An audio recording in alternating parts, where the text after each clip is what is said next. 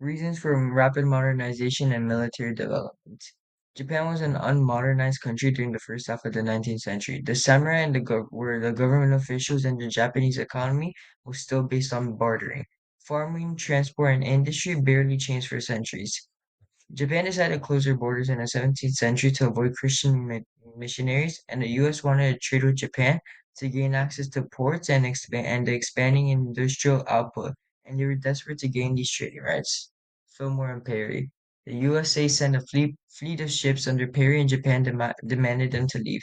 However, he threatened Japan and delivered a letter from Fillmore, saying that the US expected to gain trading rights with Japan.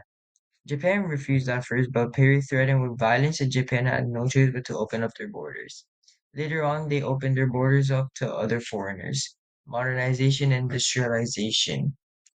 Japan was at risk of facing the same situation that China faced, including local culture being destroyed, laws being created by foreigners, and merchants taking over.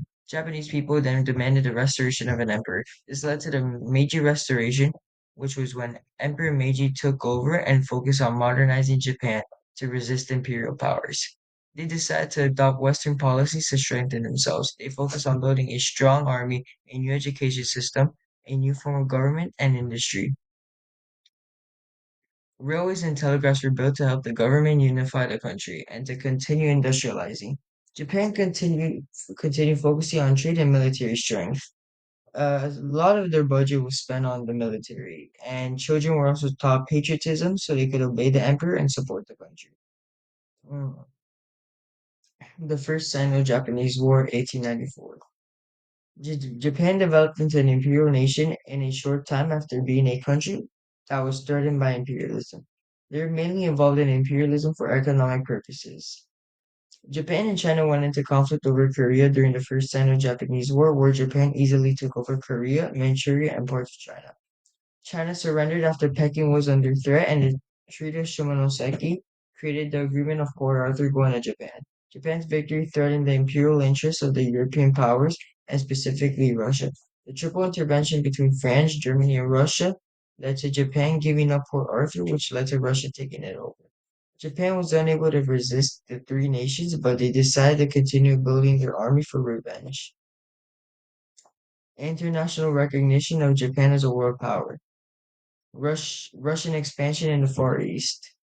Russia controlled all of Manchuria by 1900. This caused alarm for Japan because Russia was interested in taking Korea. Britain also felt threatened by this because their interest in China was being threatened. Britain followed isolationism and avoided conflict or anything political with the rest of Europe. It was clear that Britain had to abandon the policy because they weren't able to control their empire. Their military was weak, they felt isolated and vulnerable. Germany was aggressive and continued developing their navy, and Russian expansion was threatening British interests. Anglo-Japanese alliance of 1902. Britain and Japan negotiated and signed the Anglo-Japanese Alliance of 1902. They decided to be neutral if either country was involved in war, but if they were against two or more countries, then the other country would support them. Britain recognized Japanese rights in Korea, while Japan agreed to help protect British interests in the Far East. Both countries favored the alliance and felt that they helped with their own interests. The Russo-Japanese War, 1904 and 1905. Japan wanted to negotiate with Russia due to them feeling powerful enough to reach an agreement. Russia refused and decided to invade Korea. Japan responded, which led to war. Two Russian warships at Port Arthur were destroyed, which led to the start of the Russo-Japanese War of 1904 and 1905. Japan had the advantage due to the Russian fleet being spread apart, and soldiers having to go through Asia to reach Port Arthur. Uh, Japan took over Port Arthur quickly and then moved to Manchuria. And after 3 months, they also took control of Mukden. The Russian ships fired on British fishing boats, which led to Britain denying their fleet access to the Suez Canal, which forced the Russian fleet to take a longer route which led to them arriving at the Straits of Tsushima until May 1905.